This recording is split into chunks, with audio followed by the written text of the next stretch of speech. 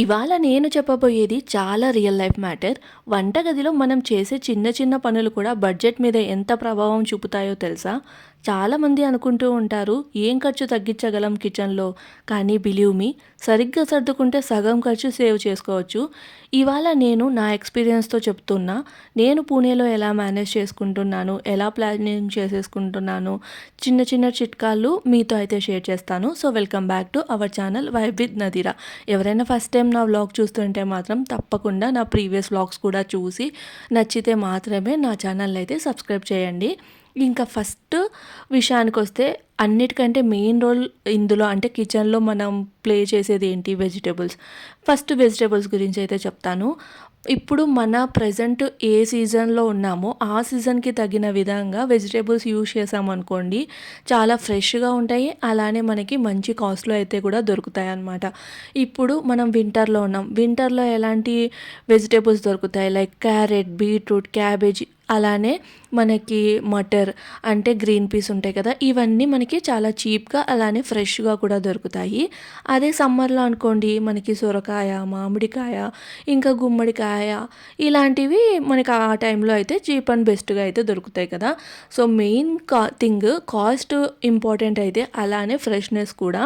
మనం సూపర్ మార్కెట్లో తీసుకున్నాం అనుకోండి, వాళ్ళు ఎక్కడెక్కడి నుంచో ట్రాన్స్పోర్ట్ చేసి తీసుకొని వచ్చి దాన్ని ప్యాక్ చేసి పెడుతూ ఉంటారు. దానివల్ల ఏంటి అంటే ఒక 10 రూపీస్ ఎక్కువే ఉంటుందన్నమాట. కంపేర్ టు మన లోకల్ మార్కెట్స్ని కంపేర్ చేసుకుంటే సూపర్ మార్కెట్స్లో ఎక్కువగా ఉంటుంది. అదే మనం లోకల్ మార్కెట్స్కి వెళ్ళామనుకోండి, అక్కడ మెయిన్ థింగ్ చాలా ఫ్రెష్గా ఉంటాయి. ఇంకా పక్క పల్లెటూళ్ళ నుంచి తెచ్చుకొని పెట్టుకుంటారు కాబట్టి మనకి అసలు అందులో కల్తీ ఏమైనా జరిగింది అని ఆలోచించాల్సిన అవసరమే ఉండదు. ఒక్కసారి మనం అంటే ఇప్పుడు ఫర్ సపోజ్ మనం మార్కెట్కి వెళ్తాం, 10 మందిని అందరినీ అడుగుతాం లైక్ ఎంత కాస్ట్ ఎంత అని. బట్ మనకు అనిపిస్తుంది కదా, వీళ్ళ దగ్గర ఫ్రెష్గా కూడా ఉంటాయి అండ్ కాస్ట్ కూడా రీజనబుల్గా ఉంటుందని. ఇంకా వాళ్ళతో మనం ఒక్కసారి పరిచయం ఏర్పరచుకొని అక్కడి నుంచే ఒక 10 సార్లు తెచ్చుకున్నాము అంటే, ఇంకా దానికంటే అంటే రెగ్యులర్గా ఉన్న దానికంటే కూడా వీళ్ళు మన రెగ్యులర్ కస్టమర్ కదా అని ఇంకొక ₹2 తగ్గించుకొని అయితే మనకి ఇస్తూ ఉంటారు. అండ్ మనకి చాలా ఫ్రెష్ వెజిటేబుల్స్ కూడా తిన్న ఫీలింగ్ అయితే ఉంటుంది. అండ్ మీరు నోటీస్ చేసినట్లయితే మనము ఇలా బయటికి వెళ్ళి వెజిటేబుల్స్ తెచ్చుకోవడం వల్ల ఎప్పుడు ఇంట్లో ఉండి కాస్త స్ట్రెస్ ఫీలింగ్గా ఉన్నా కూడా అది కూడా తగ్గించుకున్న వాళ్ళమైతే అవుతాం. అయితే దీంట్లో ఎన్ని ప్రయోజనాలు ఉన్నాయో మీరే అబ్జర్వ్ చేశారా? ఒకటి, మనం బయటికి వెళ్ళి కాస్త రిలాక్స్ ఫీల్ అవుతాం. అలానే ఫ్రెష్ వెజిటేబుల్స్ తెచ్చుకొని తిన్న వాళ్ళం అవుతాం. దాంతోపాటు కొంచెం మనం మనీ సేవ్ చేసిన వాళ్ళం కూడా అవుతాము. సో ఫస్ట్ విషయం అయితే మీరు నోటీస్ చేశారని అనుకుంటూ ఉన్నారు. నాకు తెలిసి ఆల్మోస్ట్ అందరు హౌస్ వైఫ్స్ ఇలా చేయడానికి ప్రిఫర్ చేస్తూ ఉంటారు. బట్ ఈ మధ్య కాలంలో ఈ బ్లింకిట్, దాని తర్వాత జెప్టో, ఇలా అంటే లైక్ ఆన్లైన్ యాప్స్ వచ్చినప్పటి నుంచి అన్నీ 5 నిమిషాల్లో వచ్చేస్తున్నాయని చెప్పేసి ఈవెన్ కిందికి వెళ్ళి కూడా వెజిటేబుల్స్ తెచ్చుకోవడానికి కానీ లేదంటే పాలు తెచ్చుకోవడానికి ఆలోచిస్తున్న రోజులు అయితే ఉన్నాయి. లైక్ తప్పని పరిస్థితుల్లో అయితే ఓకే, కానీ మనకి ఓపిక ఉండి వెళ్ళి తెచ్చుకోగలము అన్నప్పుడు మాత్రం ఇలా వెళ్ళి తెచ్చుకోవడమే బెస్ట్. సో మీరు నా ప్రీవియస్ వ్లాగ్స్లో అబ్జర్వ్ చేసి ఉంటే, సాటర్డే కానీ సండే కానీ మేమిద్దరం మార్నింగ్ బ్రేక్ఫాస్ట్ తినేసి అలా బయటికి వెళ్ళినట్లు ఉంటుంది, ఫ్రెష్గా వెజిటేబుల్స్ తెచ్చుకున్నట్లు ఉంటుందని చెప్పేసి కాస్త దూరం అయినా కూడా పూణేలో హడప్సన్ మార్కెట్కి, అంటే మేమున్న ఏరియాకి దగ్గరలో అయితే మాత్రం అదే పెద్ద మార్కెట్ అనమాట. సో అక్కడికి వెళ్ళి వెజిటేబుల్స్ అయితే తెచ్చుకుంటాము. అండ్ ఇందులో మీరు నోటీస్ చేసినట్లయితే మనము తెలియకుండానే ఆ లోకల్ వెండర్స్కి హెల్ప్ చేసిన వాళ్ళమైతే అవుతామన్నమాట. సో ఇది ఫస్ట్ పాయింట్ నేను ఎక్కువ కిచెన్లో నోటీస్ చేసింది. దాని తర్వాత లోకల్ గ్రెయిన్స్, పల్సెస్. సో ఏంటి అంటే, ఇప్పుడు డీమార్ట్లో మనకి లైక్ డీమార్ట్, రిలయన్స్ మార్ట్, వీటిలలో కొంచెం కాస్ట్ తక్కువగా దొరుకుతున్నాయి కాబట్టి అక్కడికి వెళ్ళి తెచ్చుకుంటున్నాం. కానీ ఈ డీమార్ట్, రిలయన్స్ మార్ట్ ఇలాంటివి లేనప్పుడు మన ఊర్లలో ఎలా ఉండేదంటే, ఒక షాప్తో మాట్లాడి పెట్టేసుకుంటారు. లైక్ నేను చిన్నప్పటి నుంచి చూసింది ఏంటంటే, డాడీ అట్లా బయటికి వెళ్ళినప్పుడు ఒకే ఒక షాప్ అతనితోటే అక్కడి నుంచే తెచ్చేవాళ్ళు అనమాట. అక్కడ క్వాలిటీ కూడా బాగుంటుంది అండ్ రేట్ కూడా రీజనబుల్గా ఉండేదని తెచ్చుకుంటూ ఉండేవాళ్ళు. ఇప్పుడు లేకేంటంటే సూపర్ మార్కెట్‌లో నాకు తెలిసి ఈ లోకల్ మార్కెట్‌లో తెచ్చుకునే దానికంటే సూపర్ మార్కెట్ తెచ్చుకోవడం బెస్ట్. ఒకవేళ ఫ్యామిలీ పెద్దదిగా ఉందనుకోండి, హోల్‌సేల్ మార్కెట్‌లో తెచ్చుకుంటే ఇంకా బెస్ట్ అనమాట. ఈ డీమార్ట్, రిలయన్స్ మార్ట్ కంటే కూడా హోల్‌సేల్ మార్కెట్ బెస్ట్. బట్ మా ఇద్దరికీ డీమార్ట్ కానీ, రిలయన్స్ మార్ట్ కానీ కొంచెం బెస్ట్ అనిపిస్తుంది. హోల్‌సేల్ మార్కెట్‌లో తెచ్చుకునేంత సరుకులైతే మా ఇంట్లో పడవు. అంటే అన్నయితే యూజ్ చేయం కదా! ఇద్దరికి ఎంతని యూజ్ చేస్తాం చెప్పండి. ఒకవేళ పెద్ద ఫ్యామిలీ అనుకోండి, హోల్‌సేల్ మార్కెట్‌లో తెచ్చుకున్నాం అనుకోండి, ఒక రూ. 10 అనేది డిఫరెన్స్ అనేది కంపల్సరీగా ఉంటుంది.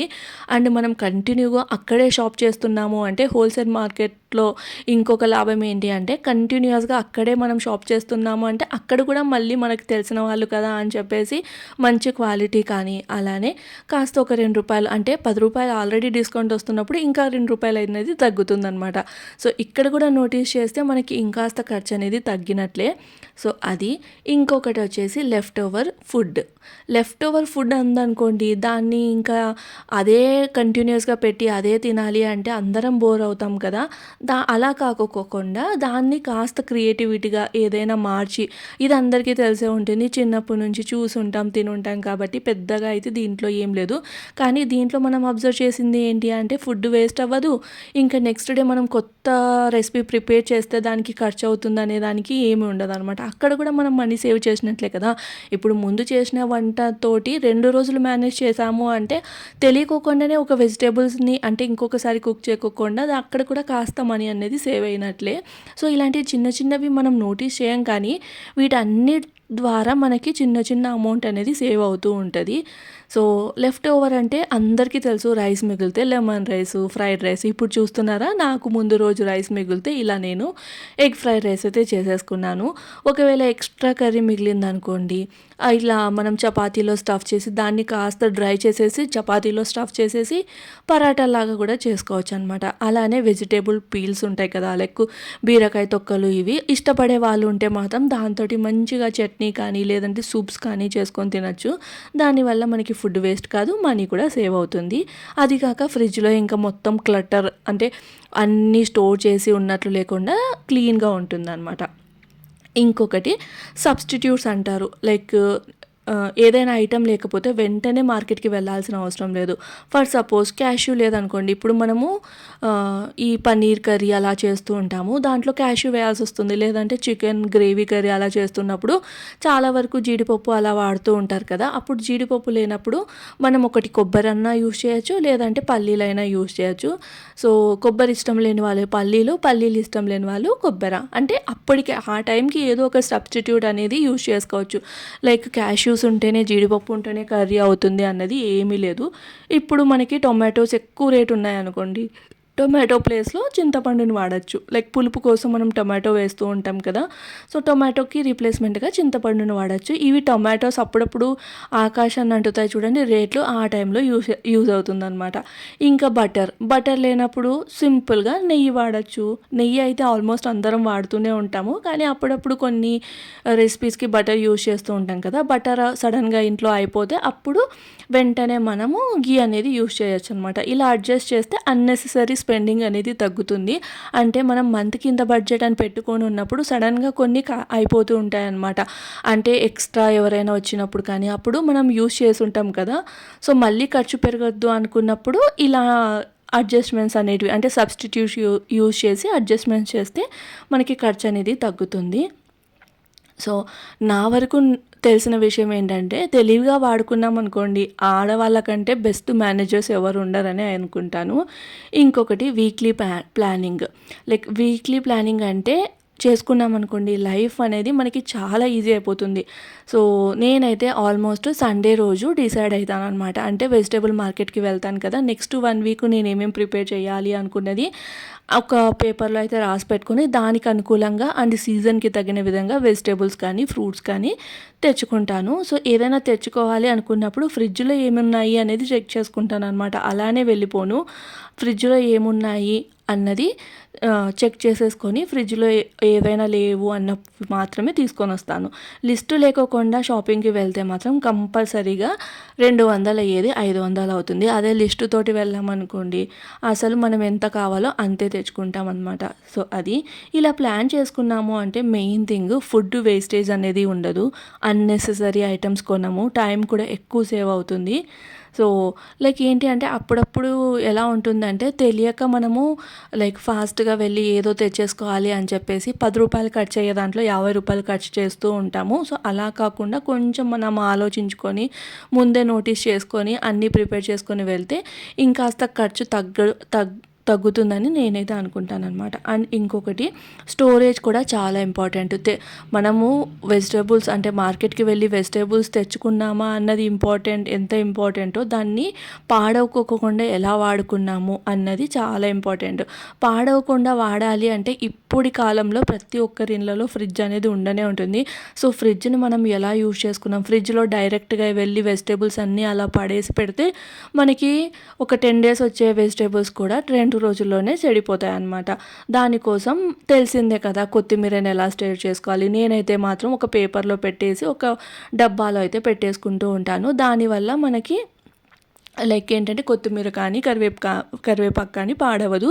కరివేపాకు కూడా నేనైతే ముందే కడిగి పెట్టడం ఇలా అయితే ఏం చేయను. ఎప్పుడు నేను యూజ్ చేస్తానో అప్పుడే కడిగి యూజ్ చేస్తాననమాట. దాని తర్వాత పచ్చిమిర్చి తొడిమలు తీసేసి ప్లాస్టిక్ బాక్స్‌లో టిష్యూ వేసి అయితే పెట్టేసుకుంటాననమాట.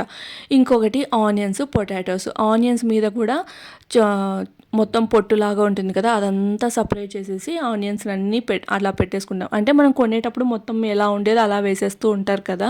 సో, అలా కాకుండా పైన పొట్టు ఏదైతే ఊడిపోతూ ఉంటుందో అదంతా తీసేసి పెట్టేసుకుంటూ ఉంటాను. అండ్ నేను యూట్యూబ్ స్టార్ట్ చేసిన తర్వాతే నాకు తెలిసింది లైక్ ఏంటి అంటే ఆనియన్స్‌ని, పొటాటోస్‌ని కలిపి పెట్టొద్దు, సపరేట్‌గా పెట్టాలి అని చెప్పి ఒకసారి కామెంట్ అయితే వచ్చిందనమాట. సో, ఆ ఎప్పుడైతే కామెంట్ చూసానో అప్పటి నుంచి సపరేట్ బాస్కెట్స్‌లో అయితే పెట్టుకుంటాననమాట. ఇలా చేసుకున్నామనుకోండి మన వెజిటేబుల్స్ అన్నీ ఫ్రెష్‌గా ఉంటాయి. సో, దానివల్ల మనకి ఒక్కరోజు మనకి ఎఫర్ట్ పెడితే చాలు, మనం అంటే ఇంకా మిగిలిన రోజులందరూ హ్యాపీగా ఇంకా వెజిటేబుల్స్‌ని అవన్నీ యూజ్ చేసుకోవచ్చనమాట. సో, అలా అనమాట. ఇవి చిన్నవి నాకు తెలిసినంత వరకు. మీకేవైనా ఇంతకు మించి తెలుసుంటే నాతో అయితే కామెంట్ చేయండి. అంటే ఇప్పుడు అందరికీ అన్నీ తెలియాలని ఏం లేదు కదా. నాకు తెలిసినవి మీకు తెలియకపోవచ్చు. మీకు తెలిసినవి నాకు తెలియకపోవచ్చు. నేనైతే ఎప్పుడైనా కానీ లైక్ కొత్తవి ఎవరైనా చెప్తే దాన్ని పాటించాలని, అంటే అవి నా ఫ్యామిలీకి సరిపోయి నా బడ్జెట్‌లో వచ్చి అలానే లైక్ ఏంటంటే ఇప్పుడు ఫర్ సపోజ్ కొన్ని ఉంటాయి. ఈ ఆర్గనైజర్స్ తెచ్చుకోండి, బట్ నేను దాని మీద నా బడ్జెట్‌కి హై అనిపిస్తే మాత్రం నేను దాన్ని ప్రిఫర్ చేయలేను. ఎందుకు అంటే నాకు ఉన్నంతలోనే నేను ఏదైనా కానీ ఇంప్లిమెంట్ చేయడానికి లైక్ చూస్తూ ఉంటాననమాట అది. సో, మీకేవైనా ఇంకా టిప్స్ అలాంటివి తెలిస్తే మీరు ఎలా కిచెన్లో అమౌంట్ సేవ్ చేస్తూ ఉంటారు, ఇలాంటివన్నీ నాకు తెలిస్తే నాకైతే కామెంట్ చేయండి. నాకు నచ్చినవన్నీ నేనైతే ఇంప్లిమెంట్ చేయడానికే చూస్తాను. సో, ఒక్క రూల్ మాత్రం గుర్తుపెట్టుకోవాలి. లైక్ ఏంటి అంటే ఏదైనా మనం ప్లానింగ్ చేసే దాంట్లోనే ఉంటుంది. దాన్ని అంటే మనం ఆలోచించే విధానం, మనం ప్లానింగ్ చేసే దాంట్లోనే మనం ఎక్కడెక్కడ సేవ్ చేస్తున్నాం, ఎంత సేవ్ చేస్తున్నాం అనేది ఉంటుందన్నమాట. సో, చూస్తున్నారు కదా ఎంత సింపుల్‌గా ఉన్నా కూడా ఎంత యూజ్‌ఫుల్‌గా ఉన్నాయో. ఇవి ఫాలో చేస్తే మన వంటగది బడ్జెట్ అనమాట లిటరల్లీ సగం అయితే తగ్గినట్లే అని అనుకోవచ్చు. ప్లానింగ్, సర్దుకోవడం, సీజనల్ ఐటెమ్స్ చూస్ చేసుకోవడం అంతే, చాలా సింపుల్. సో, ఇక మీరు కూడా ఈ ట్రిక్స్ ఒకవేళ ఫాలో చేస్తుంటే నాకైతే కామెంట్ చేసి చెప్పండి. ఇంకా నా రొటీన్ విషయానికొస్తే మీరు చూస్తూనే ఉన్నారు పొద్దున్నుంచి నేను ఎలాంటి పనులు చేస్తున్నాను ఏంటి అని చెప్పేసి. ఇక్కడ అయితే మాత్రం నైట్ డిన్నర్‌లోకి గోంగూర చట్నీ అయితే చేస్తూ ఉన్నాను. చాలా రోజులైంది ఈ గోంగూర తెచ్చి. ఫస్ట్ అయితే గోంగూర పప్పు చేశాను. దాని తర్వాత అలానే పేపర్‌లో మొత్తం ఒలిచేసి పేపర్‌లో పెట్టేసి డబ్బాలో అయితే పెట్టాను. సో, గోంగూర మాత్రం కొంచెం అక్కడక్కడ యెల్లో కలర్ లాగా వచ్చింది కానీ పాడవలేదనమాట. ఇంకా ఎక్కువ రోజులు పెడితే పాడవుతుందని చెప్పేసి ఇక్కడైతే చట్నీ చేస్తున్నాను. సో, చాలా రోజుల తర్వాత ఈ చట్నీ అయితే చేస్తున్నాననమాట పల్లీలు వేసి. చాలా బావుంటుంది. బట్ పూణేలో ఏంటి అంటే గోంగూరకి అంత టేస్ట్ ఉండదు. లైక్ పులుపుతనం ఉండదు కాబట్టి నేనైతే ఇక్కడ చింతపండు అనేది వేస్తూ ఉన్నాను. లైక్ లేదు అంటే మాత్రం మంచి గోంగూర దొరికితే ఓన్లీ గోంగూర పులుపే సరిపోతుంది. కానీ ఇక్కడ పూణేలో దొరికే గోంగూరకి అంత పులుపు అనేది ఉండదు. అండ్ ఈ గోంగూర కూడా తొందరగా లైక్ కుక్ అవ్వదనమాట. మన సైడ్ ఎలా అయితే అంటే వెంటనే ఒక 2 విజిల్స్ అట్లా కుక్ అవుతుంది కదా పప్పులో అలా వేస్తే, ఇక్కడ అలా ఉండదు. ఆకాకులాగే ఉంటుందన్నమాట. సో అందుకని చెప్పేసి ఇంకా చింతపండు వేసాను, పులుపు తక్కువ ఉంటుంది కదా అని చెప్పేసి. ఫస్ట్ అయితే పల్లీలు వేయించుకొని పల్లీలు గ్రైండ్ చేసేసుకున్నాను. దాంట్లోనే రుచికి సరిపడినంత ఉప్పు అండ్ ఎన్ని పచ్చిమిరపకాయలు వేసానో అయినా కూడా కాస్త చప్పగానే ఉందన్నమాట ఆ రోజు చట్నీ మాత్రం. కారంగా ఉండాలని చెప్పేసి చాలా పచ్చిమిరపకాయలే వేశాను. కాస్త ఆయిల్లో లైట్గా వేయించి దాంతోపాటు వెల్లుల్లి, అలానే కాస్త ఆయిల్లో వేయించిన గోంగూర ఇవన్నీ వేసి ఇట్లా గ్రైండ్ చేసేసుకున్నాను అనమాట. రోట్లో దంచుకుంటే టేస్ట్ మాత్రం అదిరిపోతుంది. బట్ ఇక్కడ సిటీలలో రోళ్ళు ఎక్కడి నుంచి ఉంటాయి చెప్పండి. ఇంకా అవి తెచ్చుకోవాలి, చూద్దాము. తెచ్చుకోవాలని అయితే అనుకుంటూ ఉన్నాను. సో ఇక్కడ వచ్చేసి ఇంకా గోంగూర వేసేసి అట్లా గ్రైండ్ చేసేసాను. ఇక్కడ ఎందుకు కాస్త పక్కన తీసాను అంటే ఇందులో ఆనియన్ వేస్తున్నాను అనమాట. ఆనియన్ వేస్తే ఎక్కువ రోజులు స్టోర్ చేసుకోలేము అండ్ కాస్త స్మెల్ లాగా కూడా వస్తుందన్నమాట. అందుకని నాకు ఎంత కావాలో అంత మాత్రమే పెట్టేసుకొని అందులో ఆనియన్ పెద్ద ముక్కల్లాగా వేసేది, అంటే ఆనియన్ని నేనేం వేయించలేదు, పచ్చి ఉల్లిపాయ ఉంటుంది కదా అదే వేసేసి ఒక్కసారి అట్లా గ్రైండ్ చేశాను. జస్ట్ ఆనియన్ అనేది ఆ చట్నీలో కలిసిపోవాలి అన్నట్లు ఇంకా వేసేసి చట్నీ అయితే రెడీ చేశాను. ఈ చట్నీకి పోపు ఏం పెట్టుకోవట్లేదు, ఒకవేళ ఇష్టమైతే పెట్టుకోవచ్చు. నాకు పోపు లేకుండానే నచ్చుతుంది కాబట్టి ఇంకా పోపు అనేది ఏం పెట్టుకోలేదు అనమాట. వేడి వేడిగా అన్నము గోంగూర చట్నీ పైనుంచి కాస్త నెయ్యి వేసుకుని తింటే అబ్బా నాకు మళ్ళీ నోరు ఊరిపోతుంది. నిజంగానే చాలా బాగా వచ్చింది. లైక్ చింతపండు వేసాను కదా దానివల్ల పులుపు కూడా కరెక్ట్గా సరిపోయింది. బట్ పచ్చిమిర్చి మాత్రమే కాస్త తగ్గినట్లయితే అనిపించింది. సో చూసారు కదా ఎన్ని పచ్చిమిరపకాయలు వేసానో, అయినా కూడా అలానే ఉంది. ఇంక ఇక్కడ వచ్చేసి నదీం కోసం ఇక్కడ చేపల ఫ్రై అయితే చేస్తున్నాను. వీటిని ఇక్కడైతే మాత్రం బాంగడా అని అంటారు. మరి మన సైడ్ అయితే నేను గూగుల్ సెర్చ్ చేశాను, కనగంతలు అన్న అయితే అంటారంట. ఎంతమందికి ఈ చేపల పేరు తెలుసు అన్నది నాకైతే కామెంట్ చేయండి. వీటిని రవ్వ వేసి ఫ్రై చేశాను అనమాట. దానివల్ల టేస్ట్ సూపర్గా ఉంటుంది. ఇలా మనం సైడ్కి పెట్టుకొని తినడానికి అంటే పప్పుచారులోకి వాటిలోకి భలే ఉంటుంది. ఇంక ఇక్కడైతే ఇద్దరం కూర్చొని డిన్నర్ అయితే చేస్తూ ఉన్నాము. ఈ వ్లాగ్ అయితే ఇక్కడితో ఏం చేస్తున్నాను. రేపటి వ్లాగ్తో మళ్ళీ కలుస్తాను. ఈ వ్లాగ్ ఎలా అనిపించింది ఏంటి అన్నది అయితే నాకు కామెంట్ చేయడం అస్సలు మర్చిపోవద్దు. Bye friends.